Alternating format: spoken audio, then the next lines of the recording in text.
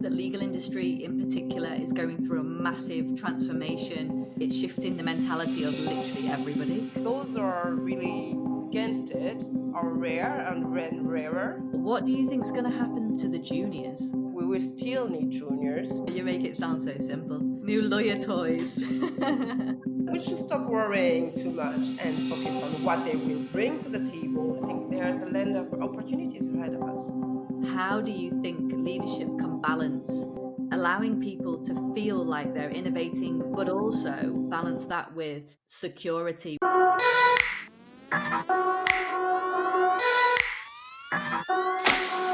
Today, I'm talking with Sonia Cisse, tech, cybersecurity, privacy, e-commerce, and fintech partner at Linklaters.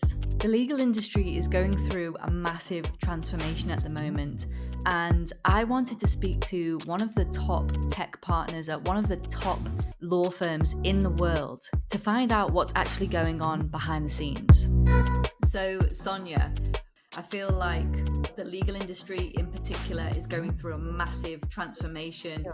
with the adoption of AI. And I guess it makes your job both exciting but also difficult because you're a partner specializing in AI tech. This Yeah. is literally it's your moment. I know. How have you So ready for that moment. It's been waiting for years now. yeah, absolutely. How do you find this conversation about, AI in the legal industry? How are you finding this conversation amongst colleagues and people within the industry? Fascinating and really exciting because it's really interesting to discuss technology. And I've been actually happily surprised. Everybody's interesting first. I think it's very important. We talked about traction and resistance, but there is a genuine interest into what is happening at the moment. There is a lot of curiosity. We get a lot of questions on everything. How does it work? What is going to change? What can it do, really? And so we have organized workshop and training sessions and just conversation around what is generative AI. We also have organized game night around artificial intelligence. And it's great to see people from all seniorities coming down, getting together, trying to understand and grasp this technology, in the best way possible. I love that. I love the energy.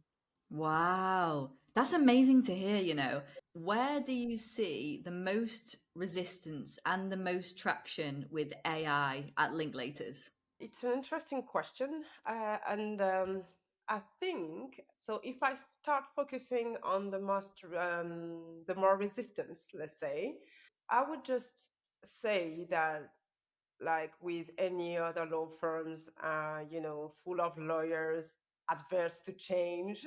Sometimes it's difficult to convince people that technology and, in particular, artificial intelligence is going to save them time because there is a learning curve as for any other tech, and therefore the time they spend masterizing the technology itself, sometimes they feel like they are wasting their time when it's just a matter of a few hours before you're capable of earning time. So I think that's where the resistance comes from at the beginning. You also have the type of people who think that the way they used to do things is the right way, and they don't always see the need for change. And it happens most of the time when the lawyers is very senior, very experienced. So that's for resistance. And as for the most traction, I think it works well when you explain to lawyers or actually to anyone that their way of working is going to be improved, is going to be accelerated, and is going to be easier thanks to technology. If you're capable of building a case, explaining use cases, selling the technology and the benefits of the technology, then you get a lot of traction. Yeah, I think it makes sense. You know what? I think if I look at the legal industry as a whole, I think firms like Linklaters, obviously, absolutely massive international firm. You guys are the ones that are, I guess, in a way, pioneering this future of law. And so the fact that you're creating it into a culture and trying to create this, excitement and buzz around the idea of AI internally is what is probably going to push the adoption of AI and make everybody on board with the idea. Because I think the biggest probably challenge with law firms is to get everybody on board with the idea of changing the culture around tech, because it was not like that, Yeah. in the past. Yes, it's true, but I don't know. Maybe just because I'm a tech lawyer, so it's I have different perspective on that. But I don't think lawyers are the worst, really. Legal tech have been around for years now, and you even in small firms or local firms, you always, at least I've always seen a little bit of interest for legal tech and technology.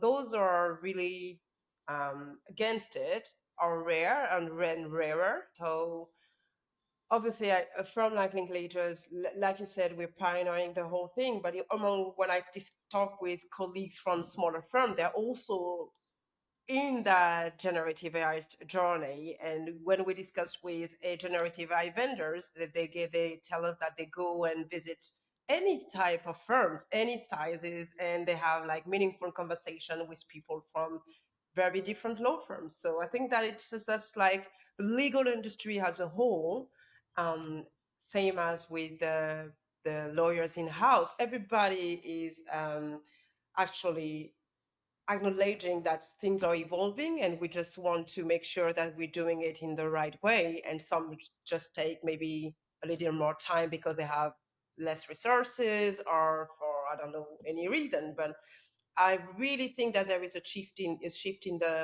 the legal profession at the moment, and it's regardless of the size of the firm, or even including private practice, let's say. Yeah, I would agree with that. I see a massive shift, particularly this year.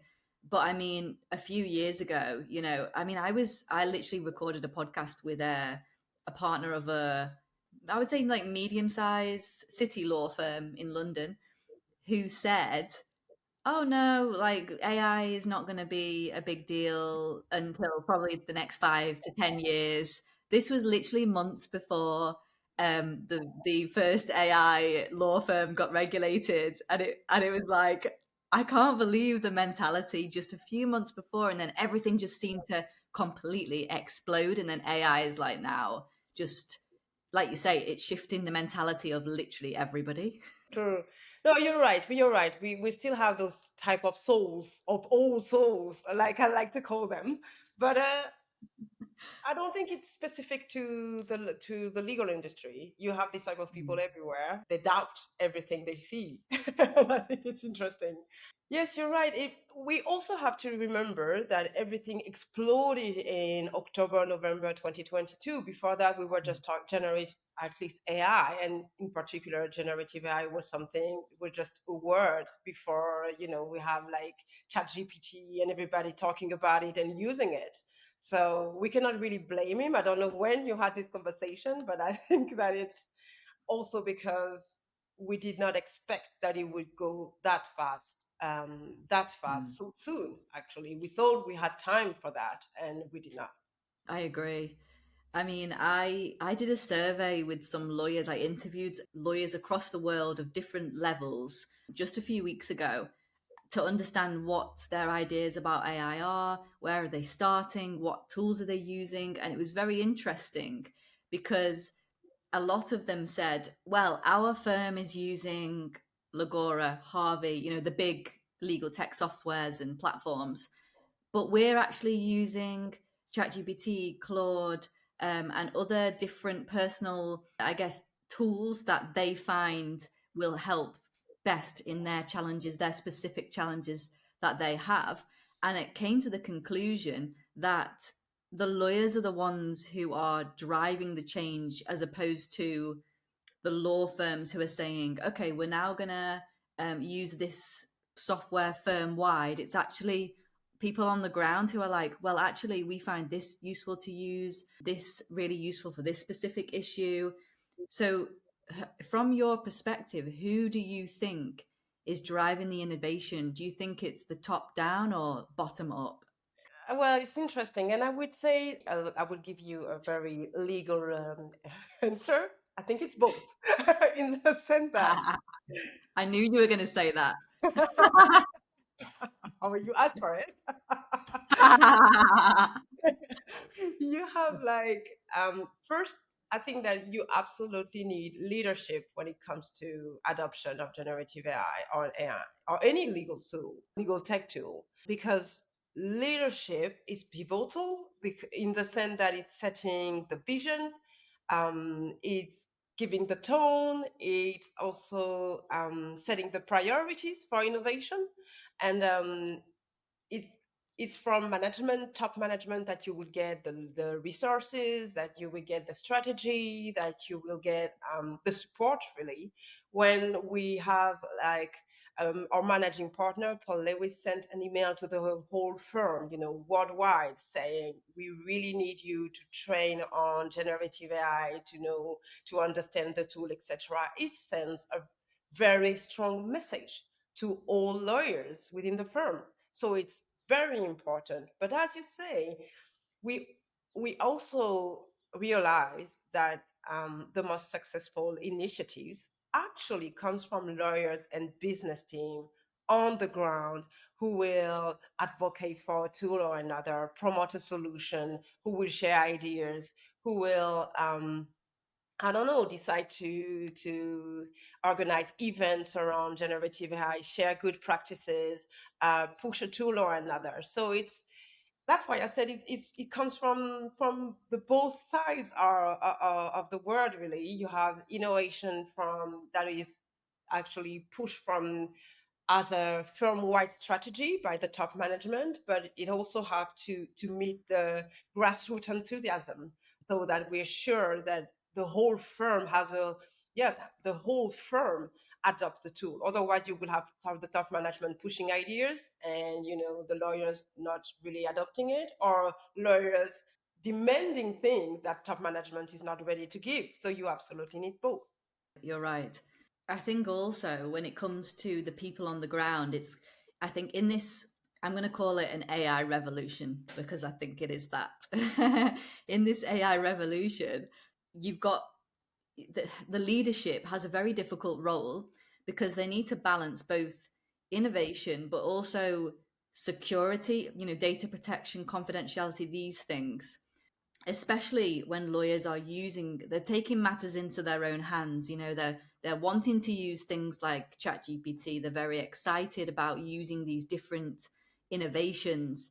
How do you think leadership can balance allowing people to feel like they're innovating and feel excited about using their AI and not super restricted? Because when you start putting down rules and restricting people, that's when they start to, I guess, resist the technology, but also balance that with security, which is a massive topic when we think about AI.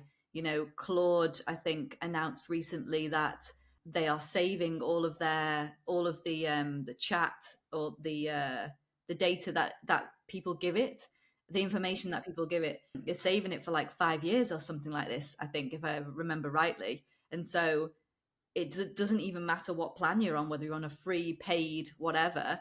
It's saving that information. So again, we have a huge like regulation and security thing here.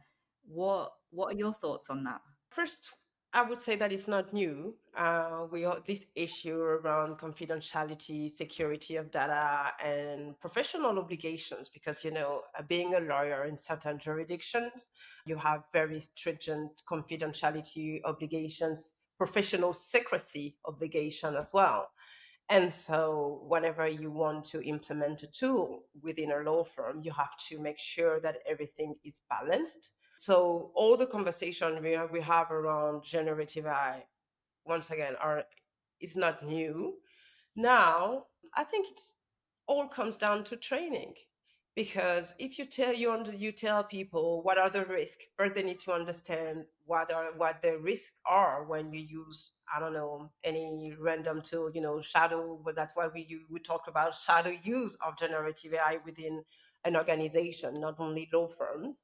So they need to understand how it can be used, what the firm actually authorizing them to use, and what are the best ways, what the client also authorizes you to use. We have clients who tells us we don't want you to work on our matters using a generative AI, and it's they're in their own right, and it's perfectly understandable. But even those clients who actually trust us to use generative AI on their matters, we train our people. We tell them, no, you cannot put client names within the tool without checking. You need to double check your facts. You need obviously you need to make sure that there is data security, data accuracy, and everything comes down to AI literacy. Because the more you understand about generative AI, the best way you'll be able to use it. It's like driving a car. You need to know the rules. You need to know how actually how to turn on the light. You need to understand traffic lights, etc. It's the same with generative AI. You make it sound so simple. It is really. It's or it might not yet be, but after years of driving, it's going to be very simple for everyone. Yeah, I agree. I agree. I really do. What are you able to share what AI tools Linklaters internally are using? Yeah, sure. We use many. The first one was Kira. Everybody tends to forget about it, but we have been Mm. using Kira for years now. So it's retrieving tool. It's capable of telling you whether there is a change of control clause within a bunch of agreements, for example. We use Nix as well, so it's for anonymization purposes. We use Layla, what we call Layla. It's basically an LLM based on ChatGPT, but it's in closed circuit. So it's just we don't train it, sorry, with our clients' data. It's really closed. It's hosted on our servers, so it's very secure. And I think everybody saw that because we have been very proud to announce that we are now we have a partnership with Legora. So we do use Legora as well. So you see, we have several artificial intelligence and generative artificial intelligence tools. We're really happy about it.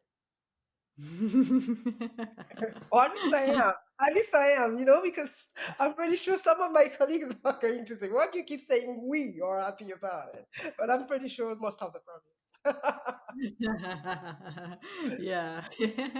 How are you finding it, like, in terms of what has been the reception from by your team? Have they welcomed it? Have they wanted to use it? What has been the vibe? The vibe, like I said, everybody, and that's what I really like at Linklaters. Everybody's very curious. They want to know more. So, and there has been like true excitement about that. Also, because I think the introduction, the announcement has been done very well, once again by our top management. So I think it's important. So it has been announced during the Global Partner Conference. We organized leader workshop where partners could come see other partners or using the tool, asking questions, playing with the tool around, and using different use cases. So exactly what I was saying, that I think that the engagement was really good also because there was explanation and a lot of sharing. And now we are so rolling it up to the whole firm, and there's nothing but excitement. People are like ready to use it, and we have organized trainings, and most of the people who attend those trainings have already started using the tool and play with it. And I like the fact that they come to you and say, "Oh, I played with it." It's a very joyful term. They're not saying like, "I used it and I was scared." They're like, "I played with it." It's awesome. We're Yeah, like it's a little great kids. word. We're like, "Yay, new toys!" Yeah. New lawyer toys. Yeah. That's so funny. I think, that's absolutely key. I think the fact that people that, Linklaters are promoting using it, showing other partners using it. This is the, I think, most important part when lawyers see other people using it and other lawyers are like, oh, it does this and it helps me do this quicker. People then get this fear of missing out. They're like, I want that, Absolutely. And it's there. I think we need to stop hiding ourselves. It's there. It's there. Everybody knows it. There have been, I don't know, articles and conferences and like shows, entire TV shows around whether or not AI is going to replace lawyers or what is going to happen with the legal profession. I don't believe in that. Nothing of that sort.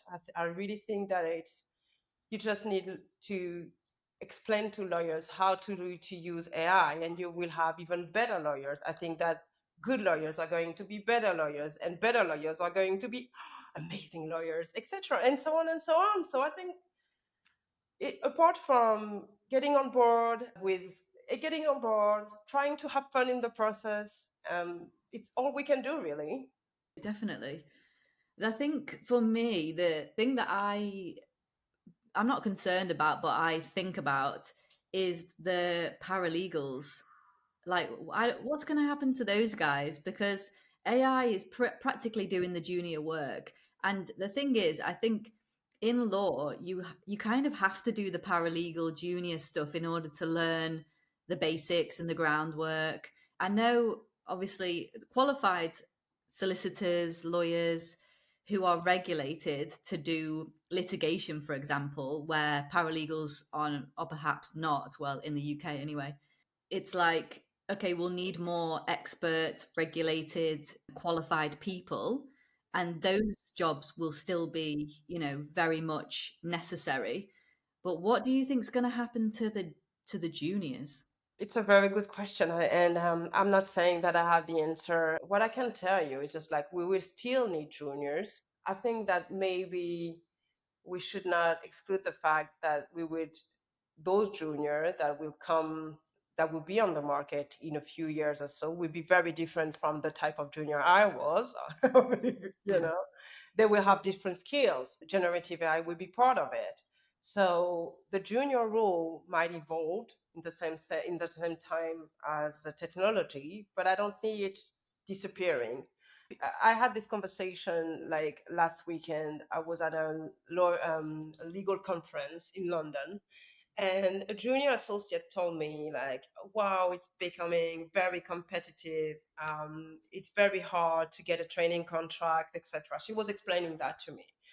And I Yeah. told her, okay, but you just need to focus on new skills. And generative AI is one of those skills. And she was Mm. quite surprised. I think she was specialized in funds, or no, in pension or something, in pension. And she was like, yeah, I didn't think of that. And I What? thought, yeah, exactly. And I was like, oh, come on. So I told her, I don't know, I'm not an expert in the UK legal system and the UK recruitment process, etc. But go there, go to your next meeting, interview, and say, look, I'm very good with generative AI. I understand how the tool works. I understand the risk, and on top of everything else you have to offer, and I'm pretty sure it's going to make a difference. So we are worrying at the moment on having generative AI replacing juniors when at least focus when we focus only on tasks that were didn't have any added value.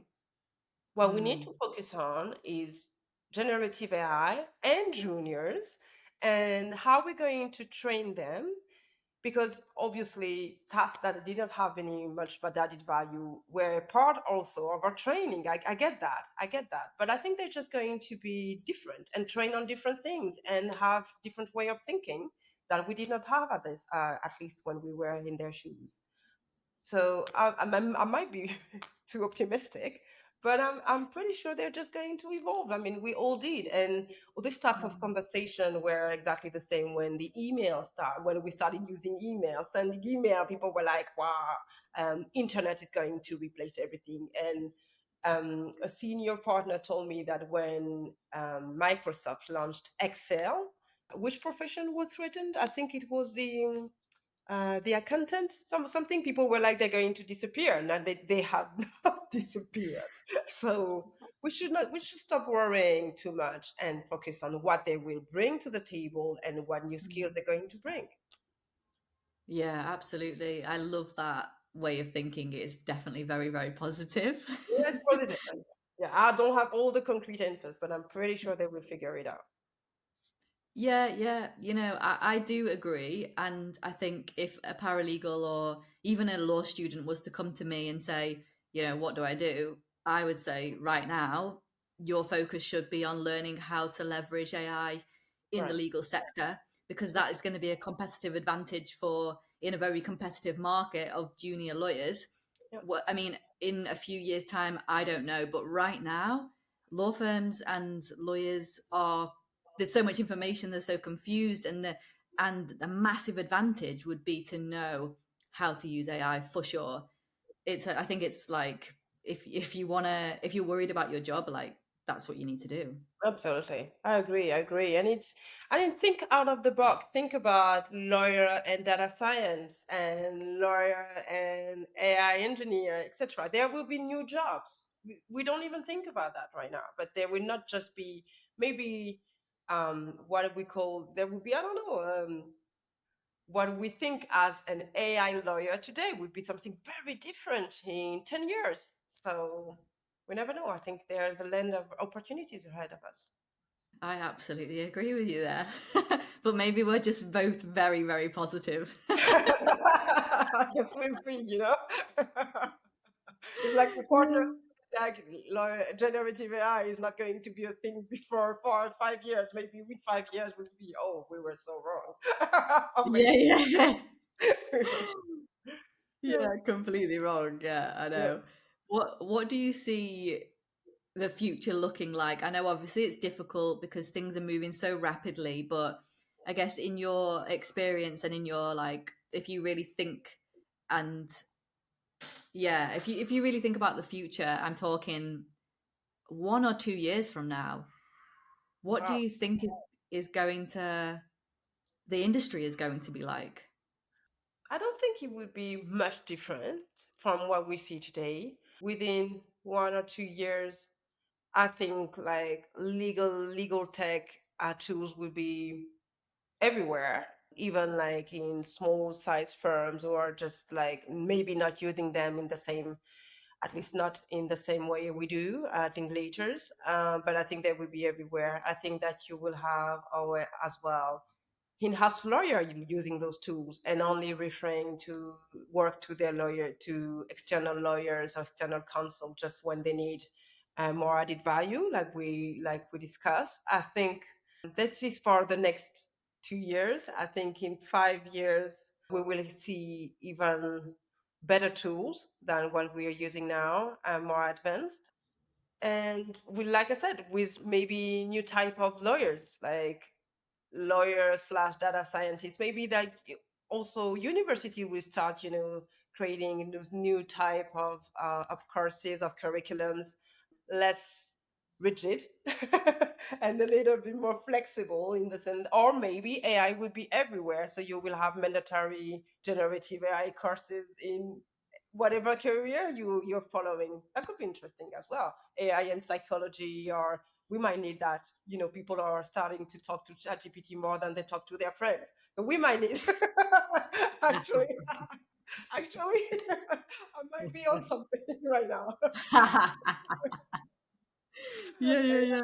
AI and technology, I don't know, or healthcare and AI and healthcare. So, I think it's going to be very different, but it's going to be part of our everyday lives. And I think that it's not something that we were going to blink or talk even so much about. Yeah. Just the same way as we don't talk much about internet, we see the challenges and we see the opportunities of internet, but we do use it. We all use it. And we cannot believe that there is anyone out there not wanting to use it, you know? Yes. And it's an issue. Absolutely. I find it so intriguing hearing your views, just because you're literally an expert and specialist in AI tech in law. So it's like it's just so great to hear your perspectives. I have like one final question. I've got so many questions, but I'm aware that we can't go on forever. But I have so many questions. I'm just like, oh, what about this? What about this? Um, but I'm very intrigued to know, within Linklaters, how do you actually decide which legal tech softwares to adopt?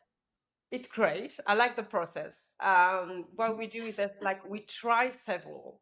We try several and we ask our people to try several. And then so we do what we call proof of concept. And then we have our people sending feedback and just having this conversation, this open conversation around which tool was most useful for which practice, for what type of work. And because we have those open conversations, then we decide to focus on one tool or another. And sometimes it can be this tool is better for, I don't know, antitrust teams, but that tool is better for tax teams. And so that's how we know that we actually first meet the needs of our people, but also of our clients. So it's great. I think that's the best way of using technology. It's not just like top down, you use that tech, I don't want to know more. I don't want to know about what you think about it. You use it. No, it's very different. It's an open process, very collaborative one.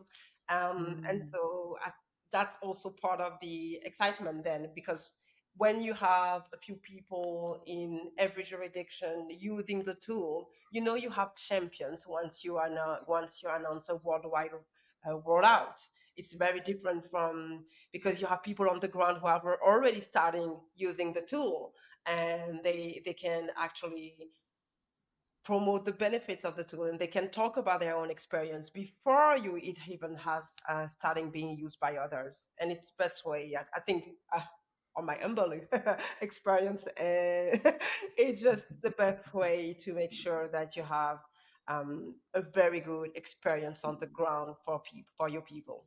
I think that's a fantastic process. Yeah, I It love it it. makes it, yeah, you're right. It makes it more collaborative. It makes the culture more inclusive, Yes. and I think then when you adopt, it makes it more of a positive experience. So I think that's fantastic. Yes, and honestly, and it keeps, I don't know, I loved it. I got to use Legora before it was rolled out. And it was nice because people were like, so I heard that you're using it. And you're like, yeah, I am. Okay, what can you tell me? Well, it's a bit of a teaser, and you're like, and they come to your room and they want to see what you're doing, and you're like, I can show you a little bit. It's just, it's a nice. What are you going to give me? Best experience, really, power. Yeah, yeah, yeah, yeah, yeah, yeah. If you get me a coffee, I'll show Yeah. you this tool. With sugar, thank you.